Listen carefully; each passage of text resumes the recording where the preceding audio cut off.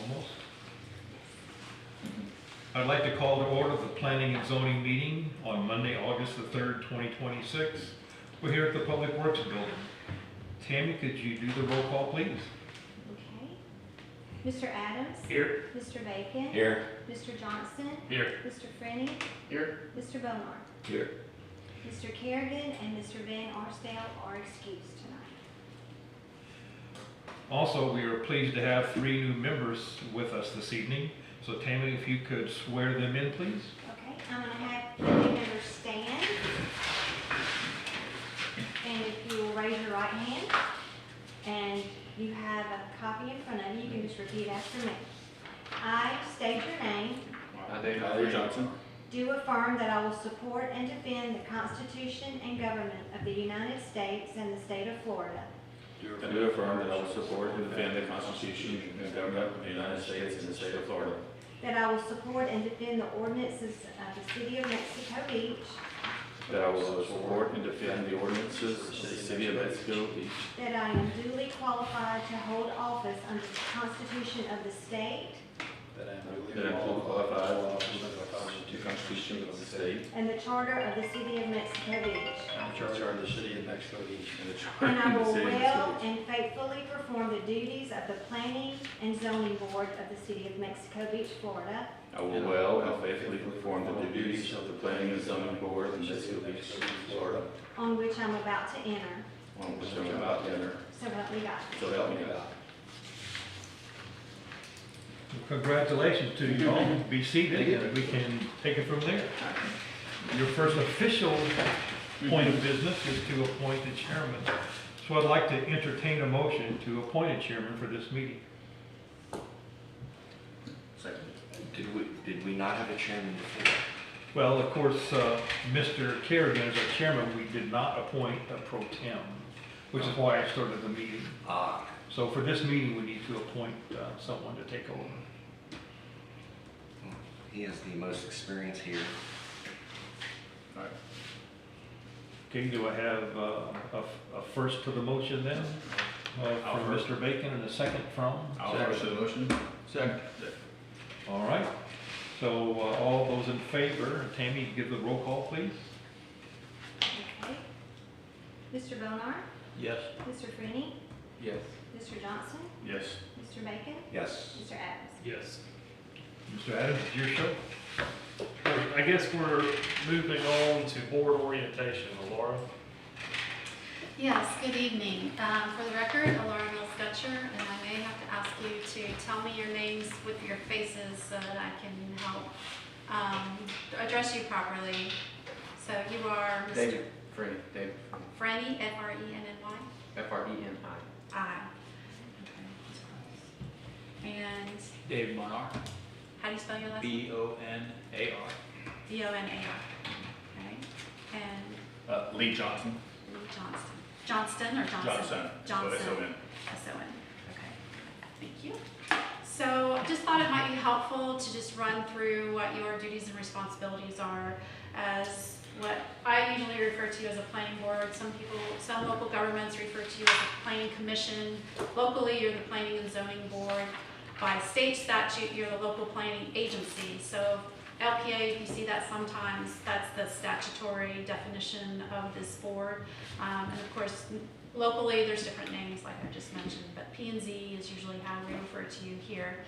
And you're in charge of certain documents by Florida statute, and you are required to look at sometimes consistency of a application or a change to one of the documents that you're responsible for to other corresponding documents, whether or not it's Florida statutes, whether or not it's the comprehensive plan, whether or not it's a development order that's coming through the door. You have to kind of make sure that whatever you're approving is consistent with the relevant documents.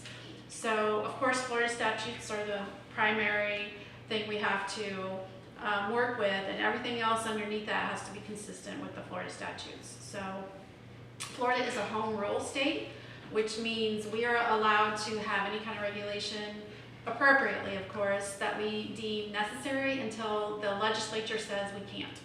opposed to a Dillon's rule state, which is something like Virginia, which is not allowed to have a regulation until the legislature tells them they can, so it's just the reverse. So as a home rule state, we're allowed to adopt the comprehensive plan policies and the land development regulations as we see fit Mexico Beach, unless the legislature preempts us in statutes, which is happening a little more common recently than normal, and says that we can't do something. So, for example, there's been a bill in the past couple years regarding accessory dwelling units on the same property as the primary dwelling unit. It hasn't passed yet. I think it probably will this year coming up. But it talks about whether or not a local government can regulate that and whether or not they can prohibit it or whether or not they need to allow it. So we keep an eye on what happens in the legislature. Every spring of every year, they meet for 60 days. And whatever comes out of that and the governor signs into law is something we need to pay attention to accordingly to make sure that we're not inconsistent with that. So underneath that is the comprehensive plan, and that is a legally binding document in the state of Florida. It's not true every state, but in Florida it's like 1 or 9 or 10 states where the comprehensive plan is a legally binding document. So we have to pay attention to that. And anything the comprehensive plan says, again, must be consistent with Florida statutes. And this is kind of a big picture of how the city wants to grow within the next 10, 20 years. And we describe kind of overarching policies and objectives on how we're going to do that. So it's not nitty-gritty detail usually. That comes into the land development regulations, which is what we're working on and have been over the past several months. But that's something that we have to turn to when we're formulating these regulations to make sure we're consistent with that comprehensive plan. And by Florida statute, we have to look at that every 7 years to make sure that we are consistent with Florida statutes and that, you know, anything that's changed at the legislative level within the last 7 years, that we're still compliant with those new rules and regulations. So that's called an evaluation and appraisal, that we look at that, and we, the state keeps our schedule and they let us know when our time is up, and they let us know our time is up this year. So we are evaluating that and making sure that we're still consistent with Florida statutes. Just because the Florida statute says something, you have to do something, doesn't mean we have to mimic it in our comprehensive plan. Just means we can't be inconsistent with that rule. So that is something that you always want to keep in the back of your mind. And when I look at these developments that come through, I always make sure that we pay attention to the fact that they are consistent with the comprehensive plan. And you get that in your staff reports as they come forward with the applications. Then, of course, we have the land development regulations, which is what we're working on today, and those have to be consistent with the comprehensive plan and the Florida statutes. But additionally, they can have local flavor and local permissions or regulations in them as we see we need to fit Mexico Beach as a small coastal community. We also have things like turtle lighting ordinance that we adopted several years ago that would play into some of what we're doing now, and other ordinances that might play into land use regulation and how we develop property. And so this is where the rubber hits the road. This is how we really evaluate development applications that come into the city, so that we can ensure that whatever is coming in is consistent with setbacks, height limitations, impervious surface ratios, use, any other kind of factor that we have adopted in our comprehensive plan, transportation issues, stormwater issues, environmental floodplain issues, all the wetlands protection measures. All of those things are listed in both the comprehensive plan and the land development regulations. So it's a lot. It's the land development regulations and really get down into the detail of what we're doing here, and it's something also that gets evaluated when an application for development comes forward. Signage is also part of that. Landscaping is part of that. So there's a lot of puzzle pieces that we have to put together when we look through. The Florida statutes dictates what we have to have in our comprehensive plan. It doesn't really dictate what we have to have in our land development regulations, other than we have to be consistent. And so the land development regulations implement the comprehensive plan, as well as the other factors, some of the other factors I mentioned. So we are required to have certain elements we have to address transportation, we have to address housing, we have to address future land use, we have to address parks and recreation, our capital improvements, budget, how we're going to pay for things, among other elements of the plan. And all of that is spelled out in what we call Chapter 163 of Florida statutes, in various sections. We also have a section because we are a coastal community where we have to address coastal management and how we're going to protect our residents from encroaching or impending or future storms so that we're all safe. And so that's part of what we look at too. And so floodplain is a big part of that, and we do have a consultant. I'm not a floodplain expert. We do have a consultant that we farm out our development order applications to for them to look at. So when we have two types of hearings. We have a legislative hearing before you all, and we have what we call a quasi-judicial hearing. A legislative hearing is when you're setting the law, you're setting the policy. So you're creating a blanket, citywide requirement for anybody who comes in and wants to apply or have a development order reviewed. So that's legislative, and with a legislative hearing, we don't necessarily have to swear people in. It's like you're sitting as a body that is going to decide if this is an appropriate law for Mexico Beach. The other type of hearing that we have is called quasi-judicial, and that's where you're kind of sitting as a judge, so to speak, and Tim might correct me if I say that improperly. That's where you're applying the law. So you're taking a site-specific application and you're looking at it and you're applying the law that's adopted to make sure that the application suits that that is consistent with the land development regulations and the comprehensive plan. So that's where we have people can be sworn in, there can be testimony, expert witness testimony, there can be evidence brought forward. That is where we have to be really careful about the decision that we make so that if we're going to approve it, we can concretely say this is why it's consistent with our land development regulations. Or if we're going to deny it, we're going to say we're going to deny you because, and this is our citation why. We have to cite in the land development regulations why we're going to deny it, why it doesn't meet the code. The other type of decision we have in Mexico Beach is an administrative decision, and that means that it doesn't even come before you. It is handled administratively, and those are usually smaller issues. It could be a sign permit, it could be a lot split or something that's just a little more, a little less of a big decision. So we, legislatively, where you're creating the law, you have more discretion about whether or not you're going to adopt something or make a recommendation to the city council to adopt something. But on a quasi-judicial, we just need to be sure why we're approving or denying, or approving with changes. You can make a recommendation to approve with changes. So on that note, you are a recommending body to the city council. This is not the final stop of any decision that happens for Mexico Beach. You are tasked by Florida law to review it for consistency, and you make a recommendation accordingly to the city council, and they have the final say. It goes before them to decide whether or not they're going to approve or deny something, or approve something with changes. So so consistency versus compatibility, those are really big concepts.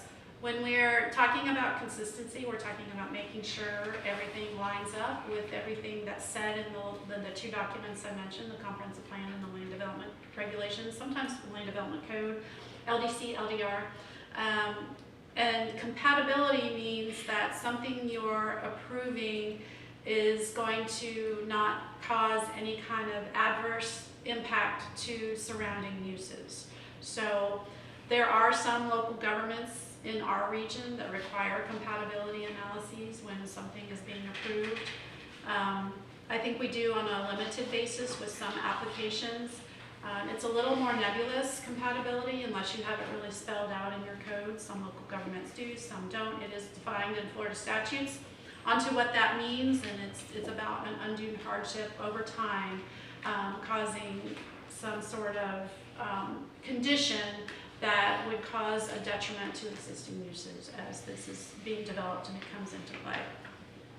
So compatibility is something that it's, as you get an application and we might need to figure out compatibility, we do ask the applicant to provide a compatibility analysis for that so that we can get their perspective on how they think a development is going to be compatible.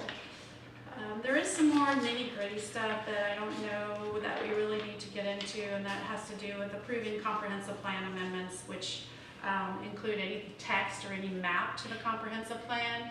Behind you, you see the zoning map on the wall. We also have a future land use map. The FLUME, the future land use map, is attached to the comprehensive plan, and the zoning map is attached to the land development code. They kind of lay on top of each other, where the comprehensive plan is the future land use map is the ruling map. Everything, again, has to be consistent with that. We almost have a one-for-one zoning to future land use category where they're the same. There is a slight difference in one of our zoning districts. But primarily what you see up there on the wall is close to what the future land use map also looks like. And so every parcel within the city is assigned a category, whether it's commercial, residential, tourist mixed use, public institutional. Those kinds of uses describe in the future land use element of the comprehensive plan and in the code what you can and can't do on that property. So we do have a little bit of a mishmash with the red, which is our general commercial category, and a lot of things are allowed in that category, including residential uses. So, and our mixed use, of course, allows also for a mixture of uses. But for example, the yellow, the residential, only allows residential. You couldn't put like a neighborhood store in any of that yellow area. If you wanted to, and you own the property, you could apply for a future land use map amendment and then a zoning change, and then that goes through all of you as the process, and then you come to the city council as a recommendation on whether or not to approve that. So that's kind of it in a nutshell, but I would love to answer any questions you have, or if anything pops up and you're like, what in the world? That's a lot. Drinking fries. Is there a quiz? I know, yeah. I'm gonna give you one thing to remember. Don't talk among yourselves on this commission, because it'd be a violation of the Sunshine Law. So you can talk to a city council person about something that will come before you all, but don't talk among yourselves, even two of you, about something that will come before this planning and zoning board. Unless you're in a public, unless you're here in a public setting. I'm talking about, don't go to a Don't go to local the bar. restaurant. I can't walk down the street, talk to them. And, Yeah, we just live right next door to each other, so. but don't talk to it about anything that's gonna come to the P and Z. Yeah, I understand. That's a good point. Yeah, email, text, phone call, none of that. That's why he's the attorney. Yeah. I'm just trying to keep you all in trouble. We appreciate it. Social media too, just gotta be careful. Okay. Yeah. You good? I think so, unless there's questions. Any questions from any of y'all? Moving on to our regular agenda, and I'll give a couple of notes on this. We've been going through the LDR for, I guess, about 18 months now. Laura, correct me if I'm wrong, but I think that we were pretty much winding it down in June. I think that her and the city attorney are gonna bring some stuff back, some language back to us at this meeting, and we should be pretty much wrapping it up. To reiterate what she says, we don't make any decisions here, we just make recommendations. So like, today, if we accept this and we vote on it, we're making a recommendation to the council that they accept the changes that we've worked on over the last 18 months. They make the decision and they can accept them or deny or do whatever. But other than that, I mean, we don't have, I'd open it up for public discussion, but we have no public here, so we can close that out. And so Laura, I'll turn it back over to you. Sure. Yep. Does everybody have a copy? They have an electronic copy. Okay. Yeah. And then I have one extra copy up here if you need it. Okay. Anybody need an extra copy? Of this 500 pages. No, These 500 pages? 455 pages, no. Let me explain that you're raising up. That's just an ordinance that was passed, that when we get to it, we're gonna talk about where it'll go in. Okay. Okay, so just as an overview, you'll see on your copy you have some color-coded highlights. The green highlights are Tim's changes since you last saw it. It's really some cleanup, some just, how things are worded. There isn't any, I wouldn't say there's anything substantially that changes any context. The yellow highlights are yours that we had since you saw it last that I incorporated into this version. And then there's some blue, there's not very many blue text, but that's what I've added since you've seen it last.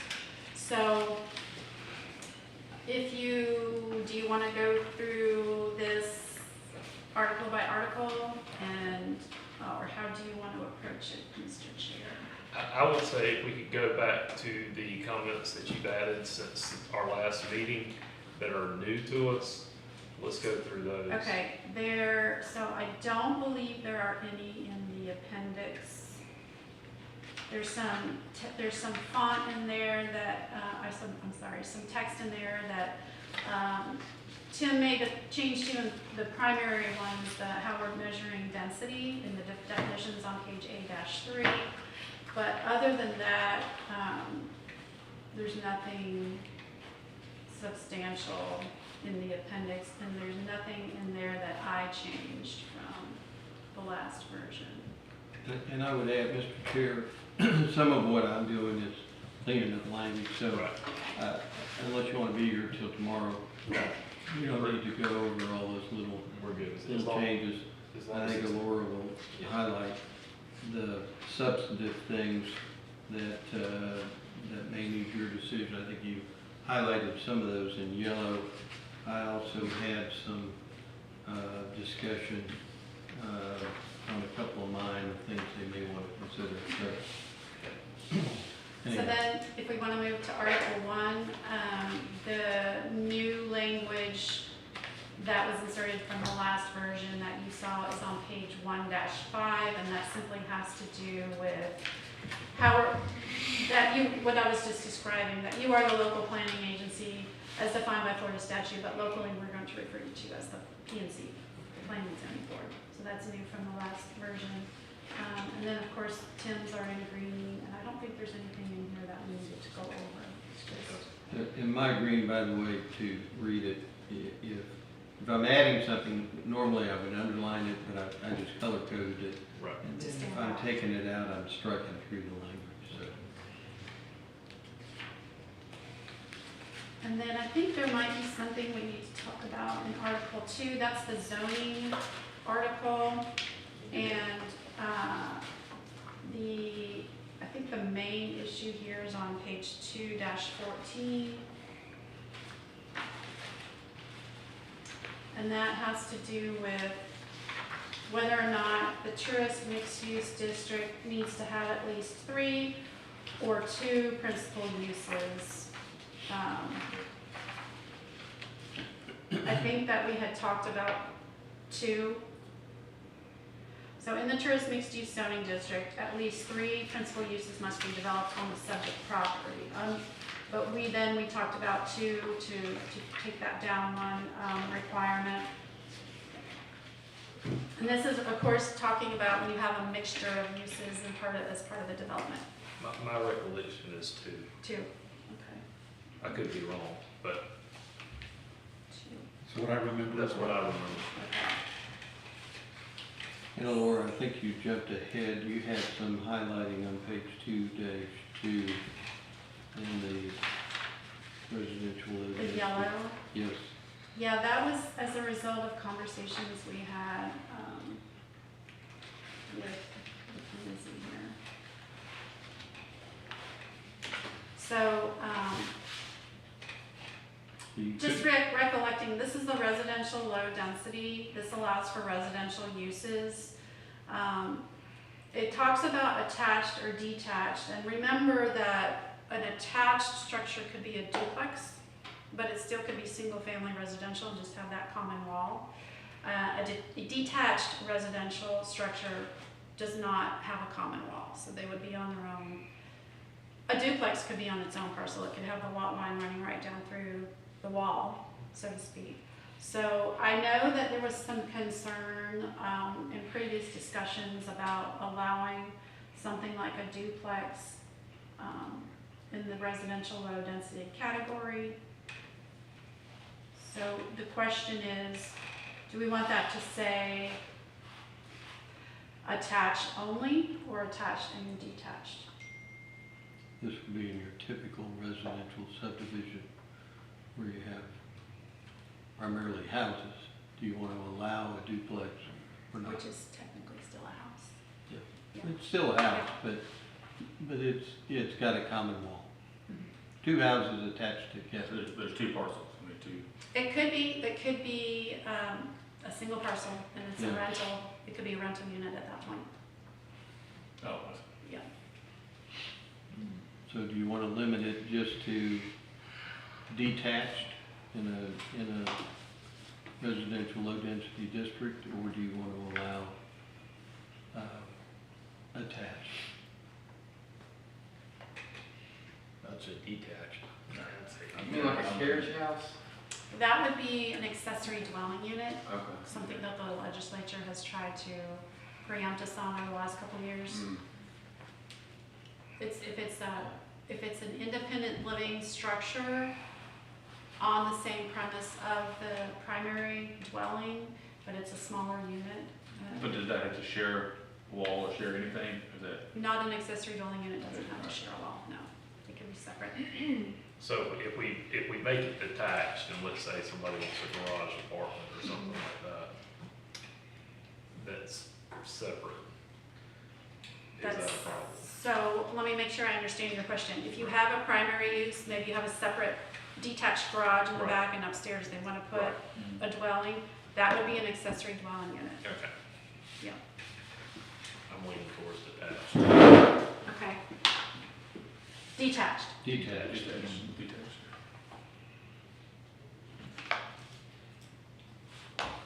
Any other thoughts from the rest of the? I mean, I'm just trying to think how many times you're gonna have, how common is it to have, and do we not have setbacks on,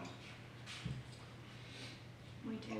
I mean, so how do you have two dwellings that are attached when you gotta have at least We do have 15 common, feet between? Well, I know there's, we have common law language. yeah, I know there's townhouse rules where you can, Mhm. like, there's no setback. But is this for townhouse or townhouse, So that's in the low density. is it a different, A townhouse could be a quadruplex, it could be a triplex. The townhouse is really nomenclature that talks about the common wall. So the duplex just describes how many, the triplex describes how many, the quadruplex describes how many of a townhouse Of the unit. units. Yeah, units. Yeah. but I mean, so in the low density, residential low density, we have a zero lot line capability? Or a, That's described, if we go down to the setbacks section.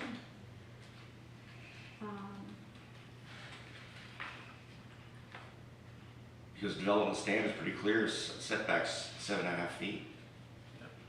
Yeah, so we had to change that language recently because of the issue of having a single-family home in the townhome district, and that setback issue got, I don't want to say convoluted, but it wasn't clear in our code.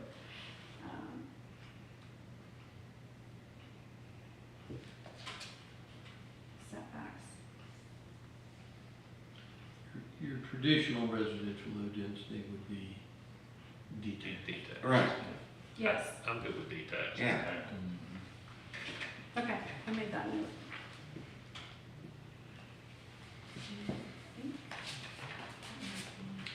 You know, I come in late with a lot of this stuff because I'm sure a lot of stuff was covered before I came on board.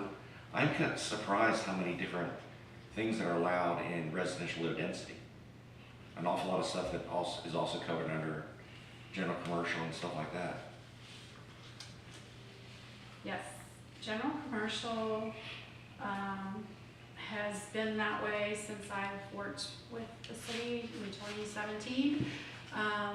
And we talked about this when we updated the comprehensive plan back then in 2018, just before the storm hit.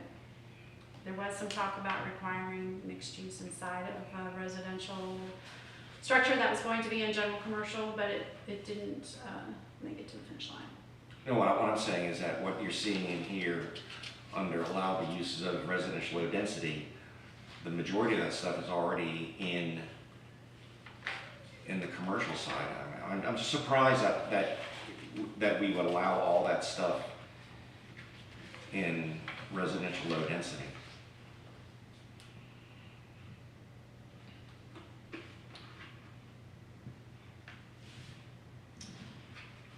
So it's recreational uses, it's houses of worship, it's educational facilities. It's pretty common to allow a lot of these kinds of uses within a residential district. Group homes is something, is called in the statutes a community residential home, which we are preempted. It's one of those things we're preempted on. If there's a home of 6 persons or less, and there's certain agencies that are included in that. Not every single state agency, and I can't name them all, but there's certain drug agencies, certain aging agencies, certain children's agencies that you can allow those group homes in your residential districts, and some you don't have to allow. But so we're just saying that those kinds of things are allowed pursuant to Florida statute. But there isn't really anything in here that I would consider is not compatible with a residential use, because you're not allowing any commercial uses in residential low density. You've got educational uses, you've got houses of worship, but there isn't anything that's like a retail establishment in residential low density.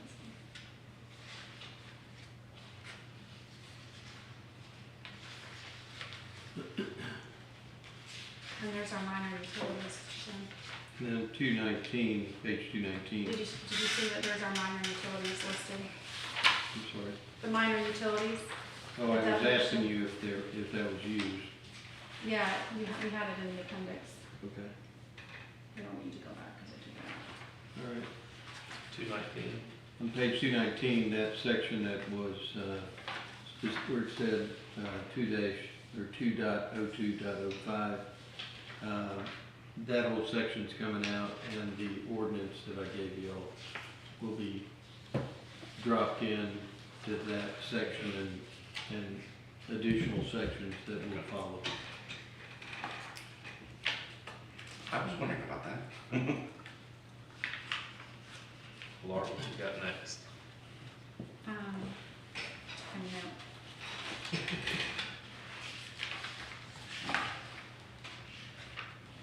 Next would be Article 3.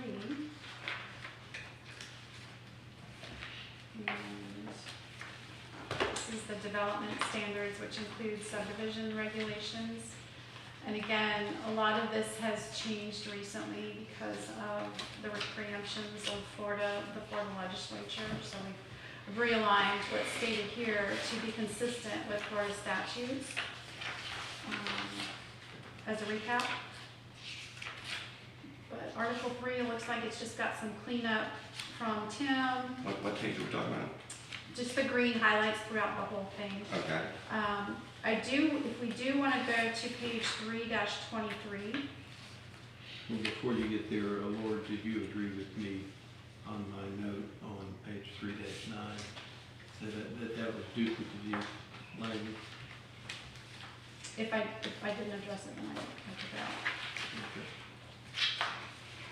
I see. Yeah. 3-23, we had some discussion, but I don't know that I got direction on the size of the RV park. Now,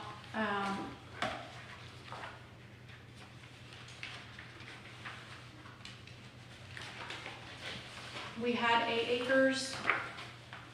I believe we have 8 acres currently, but the current RV park is not that large, it's about 5 acres, and that's why I changed it to 5 acres. I think we all agreed on 5 acres, if I remember right. That's what I remember.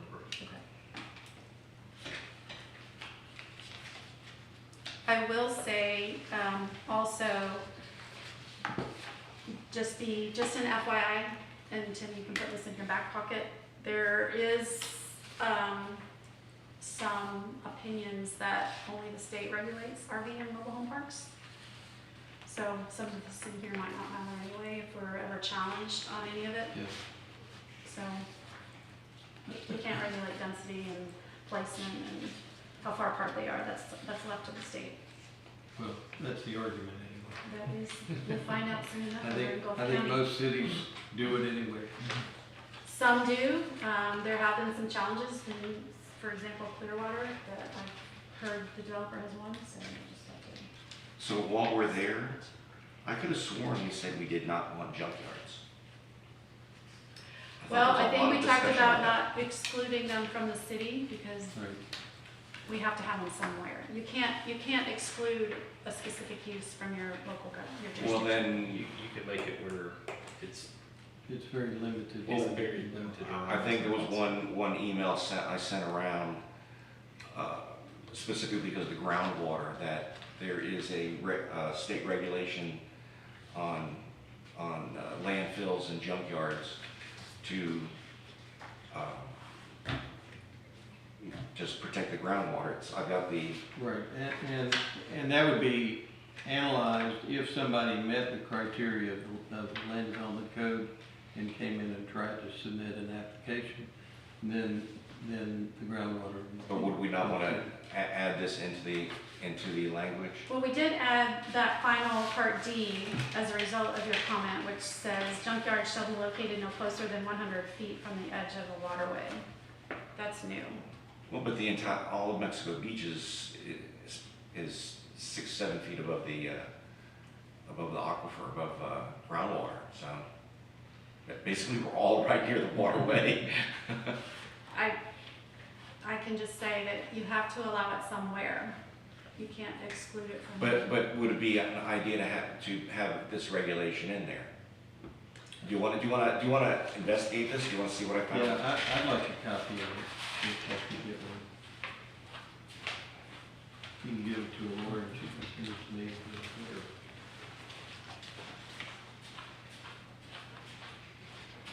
Okay, I'll look at It that. basically regulates, it defines on how So much. this is a federal regulation. Okay. I I don't know, I thought CFR. that was, EPA, yeah, EPA is federal. Yeah. But I Um, thought that I found that on a Florida government site. You might have, it might be connected from Yeah. DEP. Yeah. Yeah, but the Code of Federal Regulations, CFR, is Mhm. federal. But they couldn't deviate from this. Federal, I mean, they still have to follow this when they place a junkyard. We're not exempting them from these requirements. So is it your desire to put some of the, to reiterate those Yeah. in this code? Or at the very least, to have some verbiage saying that there must be a method of making sure that nothing gets into the aquifer.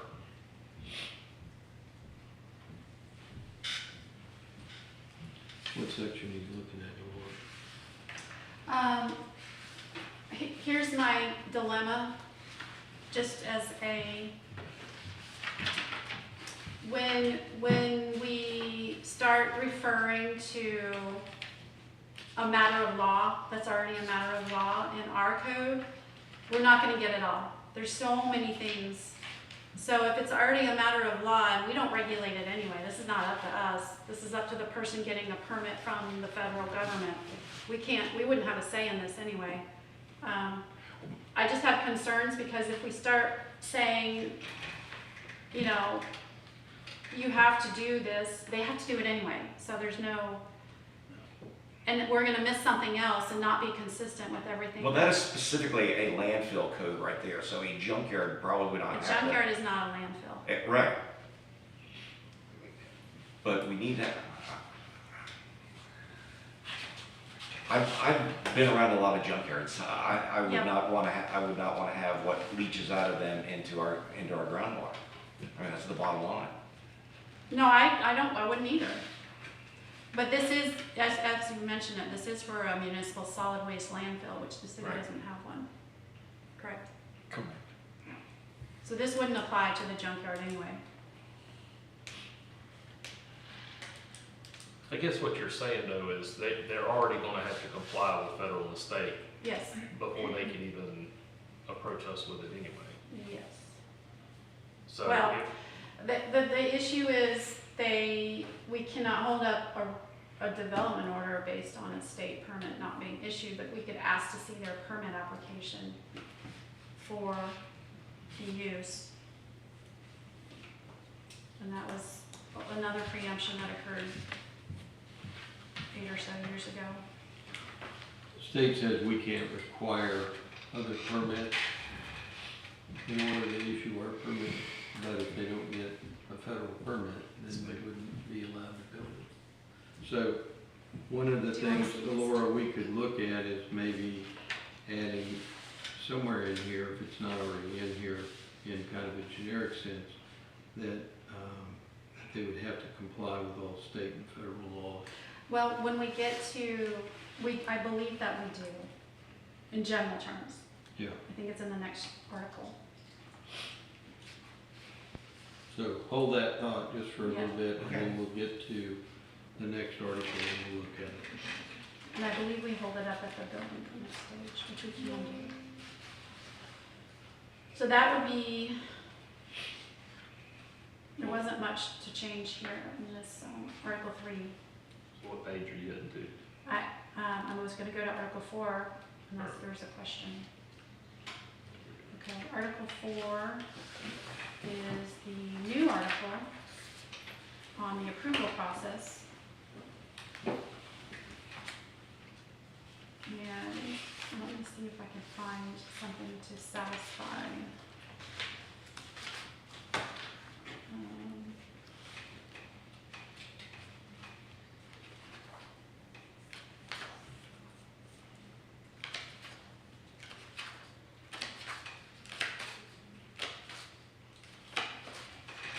So on the, just to address, I'm not trying to skip around, but just to address on page 4-8 at the top, this is the development order or permit approval, denial, or approval with conditions. We have to state on that development order that issuance of a development permit or a development order does not create any right on the part of an applicant to obtain a permit from the state or federal agency and does not create any liability for the issuance of the permit. If the applicant fails to obtain requisite approval or fulfill the obligations imposed by a state or federal agency or undertakes actions that result in a violation of state or federal law. I might have not finished that sentence, so I'll check on that. But that usually means that they can't not do what's required by the state or the federal law. They have to do it.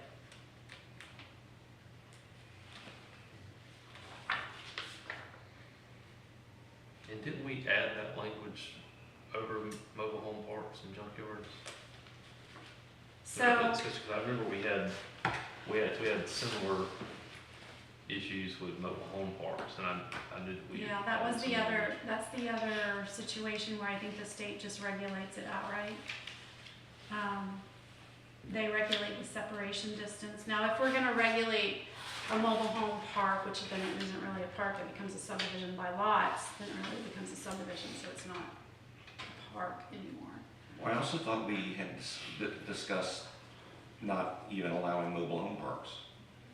Did that not also come up a couple months ago?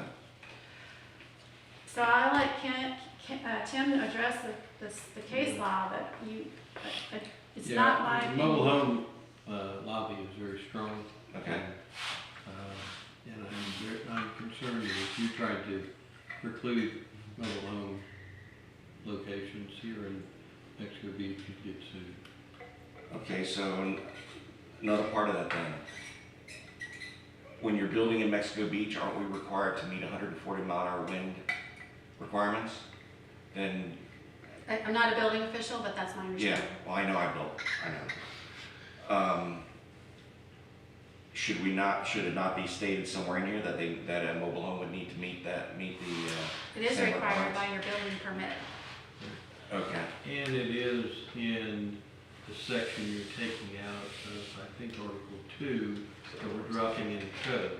There is a requirement for 140 mile an hour instruction in that section. I don't think there's a HUD house that's So built to we're moving, 40 miles an remember, hour. we're moving a whole big section out of the LDC into the. Oh, yeah. And then within that Operation section, standards. noise Yeah. pollution, air pollution, and wind construction within, I guess, So send it there- to Mel. so there's not a mobile home that meets 140 mile an No. hour wind load. Then- It's, then it's you'd have to usually, do- well, there are, but they're there's a modular. pretty correct, they do exist, but they're very expensive.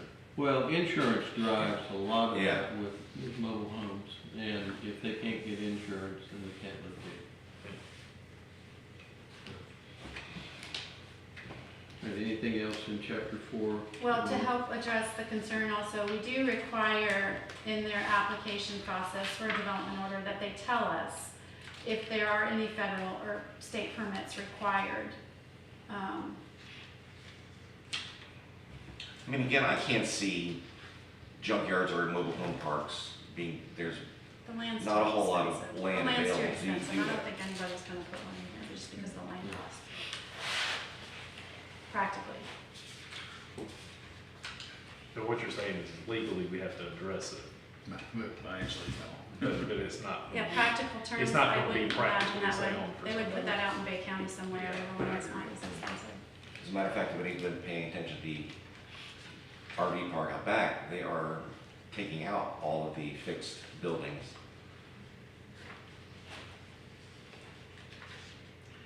Well, the reality is the cost of land here is, again, as Laura said, is so high that Mhm.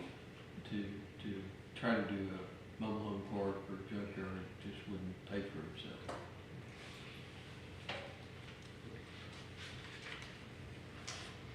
The only thing I see in this chapter really is just the editorial amendments. So if there's something else that you feel like we need to go over, we certainly can do that, but it looks like it's just Tim's fixes.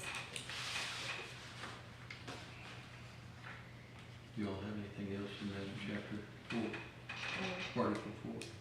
The only thing that I'll say is I've seen a couple of times, or I guess autocorrect is made city spell C-E-I-T-Y, and so just run it again. Say that again?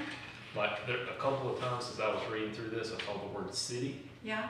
it was spelled C-E-I-T-Y, like, like it autocorrected the wrong spelling, Okay. but I think I've got it marked on a couple of pages, if I want to pass it on to you, but you might want to run Okay. a search for C-E-I-T-Y. I will. Thank you. So the next article is, excuse me, 5, landscaping and environmentally sensitive areas. This is a rather lengthy article, but that's primarily because it has the floodplain ordinance, flood zone ordinance incorporated into it, which I think Tim had a couple contextual changes. Nothing to really. worry Just a citation number, about. but nothing else really, because that was just adopted a year or a year and a half ago. So The, we're the not. only thing that, or the biggest thing I remember, Laura, was the difference there in section 5.01.03 about palm trees. There was a lot of discussion you all had about that, and I know I part of had the 60% discussion. in my notes. Yeah, part of the discussion was that you could have them north of Highway 98. Palm trees may not exceed 60%, and some of y'all said 80%. So we just need to make sure we know which number you'll wanna Well, I recommend. do So have, what page are we I on do again? have 60% noted, just Someone FYI. dash one. Actually, this is south of Highway 90. I'm sorry. Yeah, south of Highway 98, we moved that to 80%.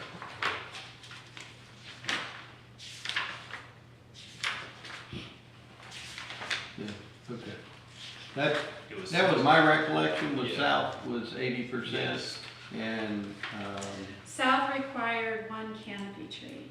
yes. right, but you couldn't have more than 80%, so that was my green highlighting there. Or at the top, page 5 too. Yeah, I've got, well, and I think they might have a different version than what, because I changed that to, so 5.01.03. At the end of that, south of 98.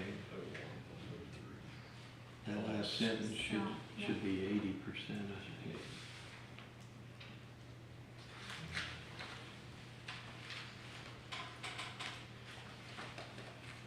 You all missed all that.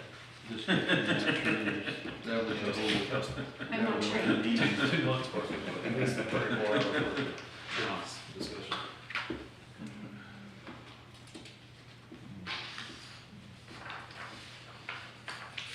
But you're expected to go back and review all the hours worth of videotape that went through.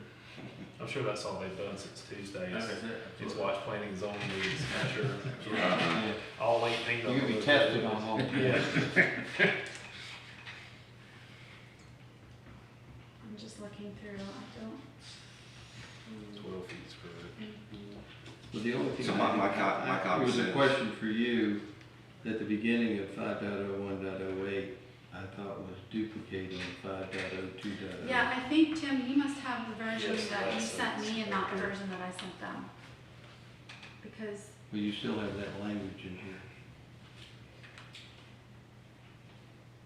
okay, And it's not I'll check it. highlighted. Yours is Fix because it. I made all the He's changing- changes, Tim, He's so I don't know why. he's it's- changing it to 80 on the That's the south only side. thing that we had. Yeah, because I sent you a different version than what he sent me. Yeah, I just had, Actually, I realistically, just had it's a that- comment, and I said duplicate 5.02.06. Is Maybe, that what you remember? But what I'm saying is, what you're reading should be what they have. No, this is what I sent you. Okay, well, But the language that I think you're agreeing with me on is still in here. So will you look at it? okay, tell me the citation again. It's 5.01.08. I just made a comment about it, I didn't actually strike it out. Let me check it.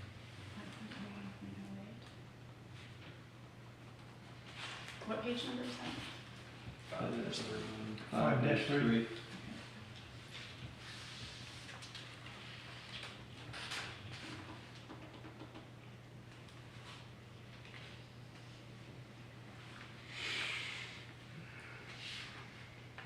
Okay, Okay. first sentence. So the only suggestion I would have for clarity Yep. on 5.0103, a lot of people might be confused about north and south of 98 because 98 kind of goes north and south. Should you put maybe just in parentheses Gulf side or Gulf side of 98? Or, I'm just thinking about Yeah, Make it clear for people to understand it. Yeah. You like that? Okay. It's hard to picture north, I know the road runs north.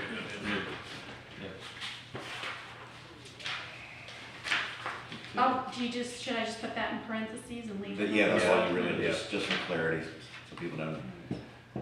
Gulf side and. Gulf side or inland side. Would, Beach side, Gulf side, whatever. yeah.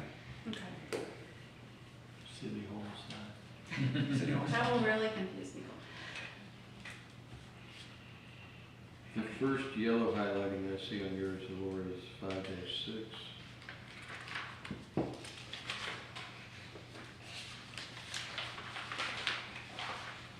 That is correct. What is the citation number? It's the height of the Tree tree. height, it used to say 10 to 12 feet. I think I changed it to 12. It's 12, yeah. Yeah, 'cause I'm starting to think I sent you the wrong version, Tammy, because that should have said 12. It does. But It you does. had, My version you had does. the strikeout of 10 in there. Right, Right, because they okay. wanted it to be 12. Yeah, Right. that's Yeah. correct. Okay, He was just saying that was the next yellow highlight. okay. You're- Now I'm getting scared. Like, no. No, I just hope I sent the right version, because what I'm looking at says 12. Okay.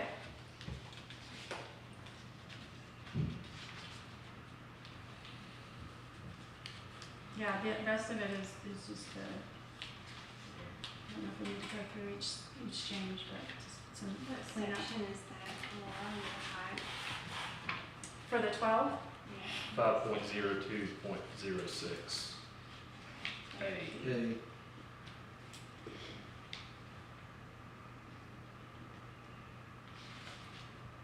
And I had asked you a question on the beginning of 50206. Yeah, I took all your comments out of their version, because I addressed them. Okay. So they won't move yet.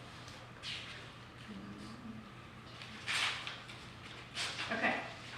6, signage.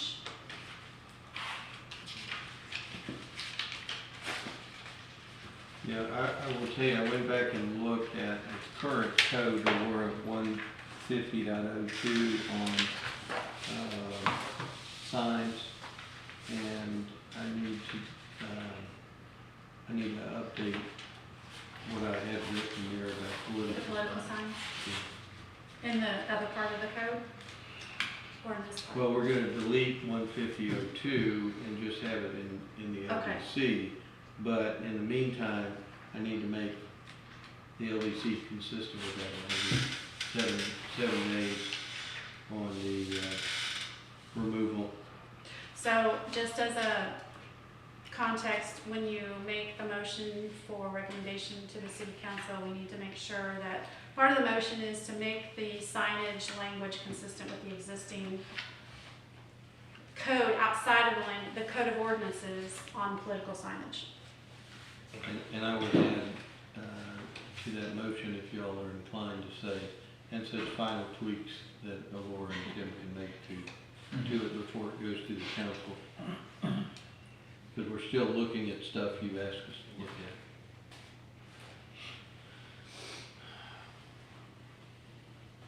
So signage really is, that article really is mostly Tim's comments in the green highlight. There wasn't anything in here that we need to return to for discussion. Unless you have a question.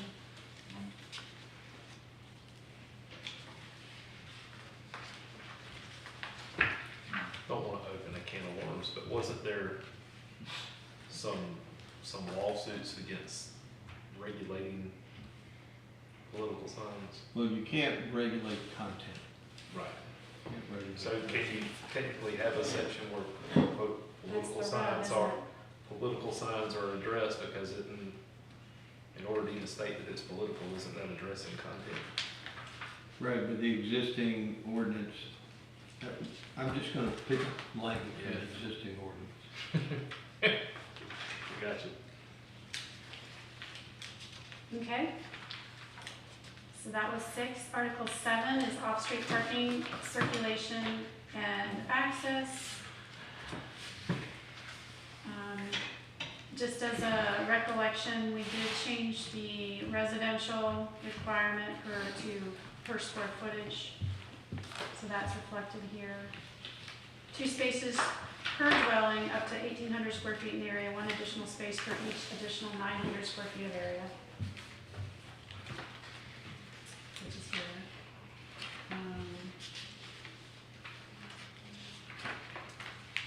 Tim added some language under the shared parking agreement section to talk about the agreement should run with the land and recorded in the official records of Bay County.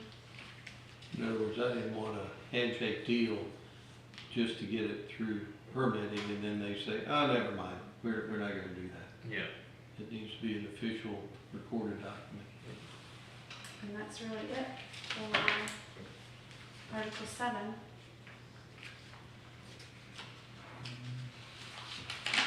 And then Article 8 is hardship relief and appeals. Tim has added some language there under the first page of how an appeal, who can initiate an appeal. Some more, this is a pretty legal section of our code, so all of his input was really valuable.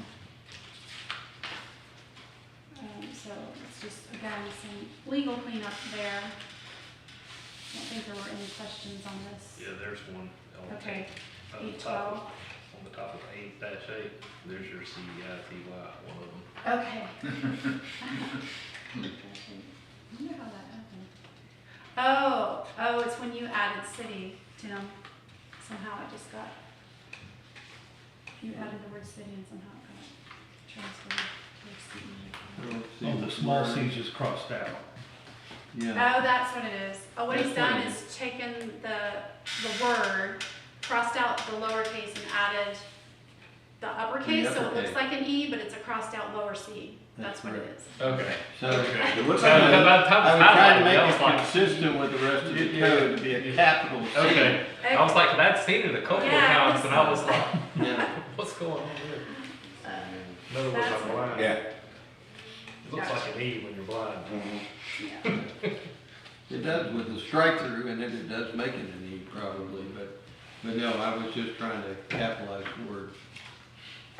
So on page 8-12, I think there was just one outstanding question from me on part D at the bottom regarding legal, non-conforming, non-residential structures.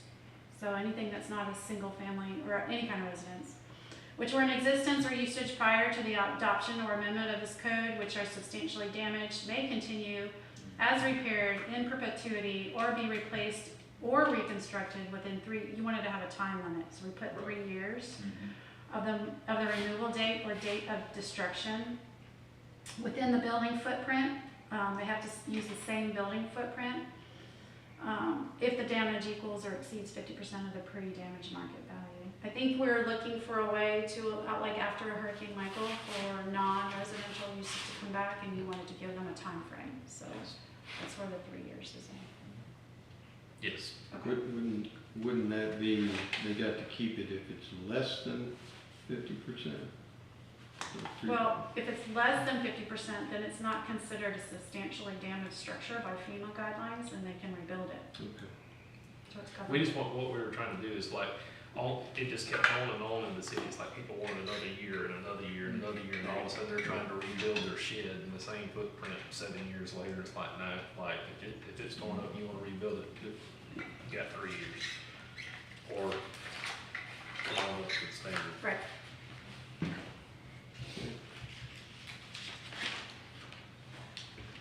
And then the only other thing we didn't go over is the appendix B, which is the tree list, which I believe we decided the last time was sufficient, fine. And that'll be it.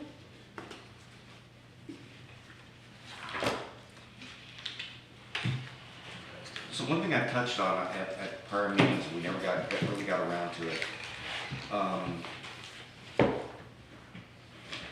Our building height requirements or regulations. The one thing that has ticked off a few people is we do a mean height on roofs. That's how it's measured. And some people have played the mean height game, and you look at their houses, and their houses fully 10 feet higher than anybody else's house around there, because they get a big pitched roof.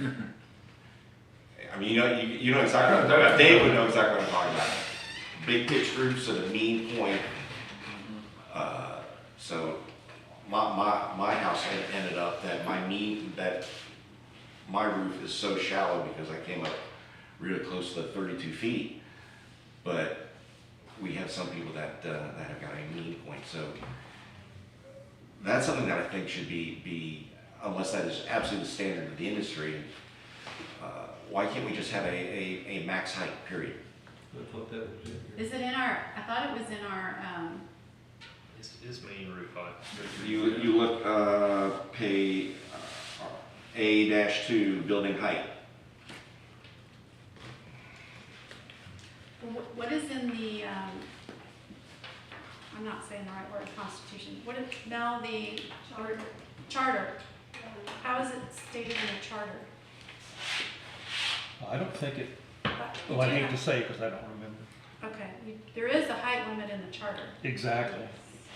That was approved, the last charter amendment in 23, 4. Everything up. But see what, so you have the height requirements on how to do the measuring, but then you have the building height definition, so you gotta go to two different places to understand how high to put your house.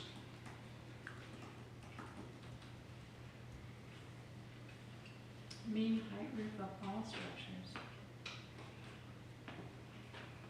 But if the charter says you can't be taller than 48 feet, then there shouldn't be anything taller than 48 feet. 48 feet is the mean point of the roof. So But you I'm can- saying if the charter says that's 48 feet is it. But this our building height definition. I understand what you're saying. Yeah. I get it, but the charter overrules, or Well, does it? well, it's also, it's not measured from the ground, it's either base flood or if it's elevated, it's usually finished first floor to the mean roof height is 32 feet. Because you could have something like on the north side of town, it's on a stem wall, and technically the building itself is taller than 32 feet. But if you're in a flood zone and you have to pick it up 10 feet, the measurement is still from my understanding has always been from the. So I have the charter pulled up, and it says, as of the effective date of this section, aside from the approved exemption set forth below, no building or other structure shall be constructed, erected, situated, or located in the city of Mexico Beach as its boundaries are currently located as of the effective date of this section, which exceeds the height set forth in the zoning districts as contained in the city's land development code as of the effective date of this section. I'm going to keep reading in a minute, but I want you to know that I had a discussion about that language before it was voted on, but after the council had voted on it, because that's only as of the effective date of this code. So if somebody came in after the effective date of the code, then they're not going to be governed by this, okay? Anyhow, I was told by the former city manager that that was the intent. And then it goes on to say, that those restrictions are as follows: 32 feet for zoning districts, residential low density, residential general, high density residential, townhome district, tourist commercial, public institutional, and recreation. And 48 feet in general commercial and tourist mixed use. However, this charter provision shall not restrict any property owner's vested rights under the constitutional, statutory, or common law. So, that's what it says. Right, but so what's the definition of building height? The definition. What's the definition of building height? Well, for properties located within the city as of the date of this code, 32 feet. If it's low density, residential, low density, residential general, high density residential, townhome, tourist commercial, public institutional, and recreation. So Right, any okay. of those districts. But if you're asking how 32 the feet. height is measured, I mean, that's just generally, from my understanding, is always either been base flood or finished level first floor and up to a mean roof height. Right, the mean roof height. I mean, it's So all. we could change the word mean to maximum. Yeah, The vertical distance of a building or structure that is measured to the maximum roof height for all structures, and shall include the elevator or shaft. Yeah. and all we that. could put the word maximum there. I don't know if I The missed maximum height of 32 feet. I don't know if I'd mess with it. I'd keep it just like it is. Cause you're gonna have, you're gonna have people that interpret it from whatever, and I mean, I guess somebody would have to show me where Well, and does that it's affect the- necessarily being abused. I mean, if you go Yeah. out to the beach side, you might have some houses in Mexico Beach that technically, if you measure from the sand to the peak of the roof, is 60 feet. Yeah. But from the base of the first floor to the average roof height is 32. And like, There's an exemption section Yeah. in here that says exemptions: chimneys, house of worship spires, elevator shafts, flagpoles, heating and air conditioning systems, solar collectors with appropriate screening, and cell phone towers. See, this includes the elevator shaft in the measurement. This definition. yeah, they did So it's not yeah, they don't count the consistent. shaft. I didn't read that part. So you need to take elevator shafts out because it would violate the charter. So, okay, so take out elevator shaft. And shall include the elevator shaft. Okay, that's the only thing that's mentioned specifically. Well, what they're referring to is if you have a two-story house, the mechanic, you have an elevator that goes to the second floor, on the roofs, it's going to protrude like a chimney. Well, also, the elevator starts at the ground floor, so if you're measuring the elevator, I mean, that starts at ground level.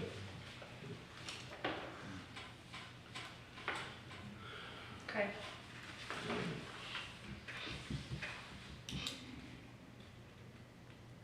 All right. Any questions now for Laura or me? Based on what you've seen, and you guys, I understand you're seeing it fresh, but, any questions of what we brought up tonight?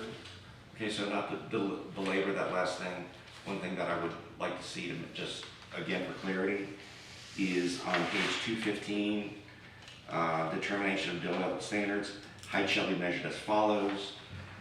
Can we at least put in there, refer to the glossary for the definition of building height? Yeah. As defined in Appendix A. Yeah. What's that citation again? What's that section number? That right here, Yeah. that is, From- Two. where are we at?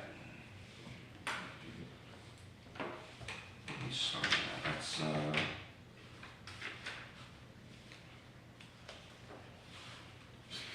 I don't know Okay. where to start with that one.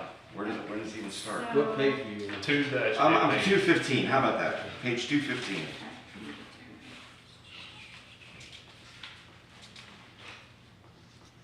And is it in the, okay, And there it's M, determination of development standards. Number 1, height shall be measured as Okay. follows. got it. Then it ends up on the next page, on 216. Okay, I'll just add a D. Refer to the appendix. There you go. Perfect. Okay.